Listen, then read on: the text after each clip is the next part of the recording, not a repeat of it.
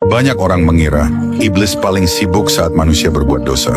Padahal, waktu yang paling disukai iblis justru saat kematian, saat tubuh lemah, saat lidah sulit bergerak, saat hidup dan akhirat hanya dipisahkan oleh satu tarikan napas.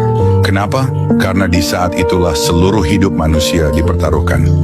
Rasulullah Shallallahu Alaihi Wasallam bersabda, sesungguhnya amal itu tergantung penutupnya. Iblis tahu satu hal penting, ia tidak perlu membuatmu berdosa seumur hidup. Cukup membuatmu salah di akhir hidup. Di detik-detik terakhir, iblis datang bukan dengan wajah menyeramkan, bukan dengan api neraka. Ia datang dengan bisikan paling halus, datang dengan kalimat yang terdengar logis.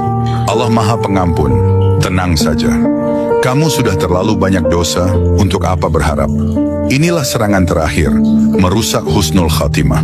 Para ulama menjelaskan, iblis tidak pernah putus asa selama ruh belum sampai di tenggorokan. Karena selama itu pula, iman masih bisa digoyahkan. Dalam Al-Quran Allah mengingatkan, dan jangan sekali-kali kamu mati, kecuali dalam keadaan muslim. Perintah ini terasa aneh.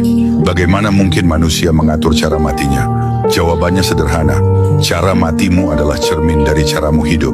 Siapa yang hidup bersama Allah akan dipanggil dalam keadaan bersama Allah. Siapa yang terbiasa menunda taubat akan kebingungan di detik terakhir. Karena saat sakaratul maut bukan ilmu yang berbicara, tapi kebiasaan hati. Itulah mengapa Rasulullah Shallallahu Alaihi Wasallam sering berdoa, Ya Allah, tetapkanlah hatiku di atas agamamu. Bayangkan, Nabi yang dijamin surga saja takut hatinya berbolak-balik. Lalu bagaimana dengan kita? Di saat kematian, manusia tidak diuji dengan syahwat besar, tapi dengan keputusasaan dan tipu daya terakhir. Sebagian ulama menyebutkan, iblis datang menyerupai orang yang dicintai, atau membisikkan keraguan terhadap iman. Bukan untuk berdebat panjang, tapi untuk satu kalimat terakhir. Karena satu kalimat itu bisa menentukan kemana ruh akan pergi. Rasulullah Shallallahu Alaihi Wasallam bersabda, barang siapa akhir ucapannya, La ilaha illallah, maka ia masuk surga.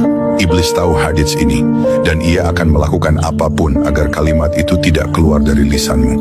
Maka jangan heran, mengapa orang saleh justru lebih takut menghadapi kematian. Bukan karena mereka ragu pada rahmat Allah, tapi karena mereka tahu akhir itu berat. Karena saat kematian tidak ada yang menolongmu, kecuali hubunganmu dengan Allah. Iblis akan datang, itu pasti.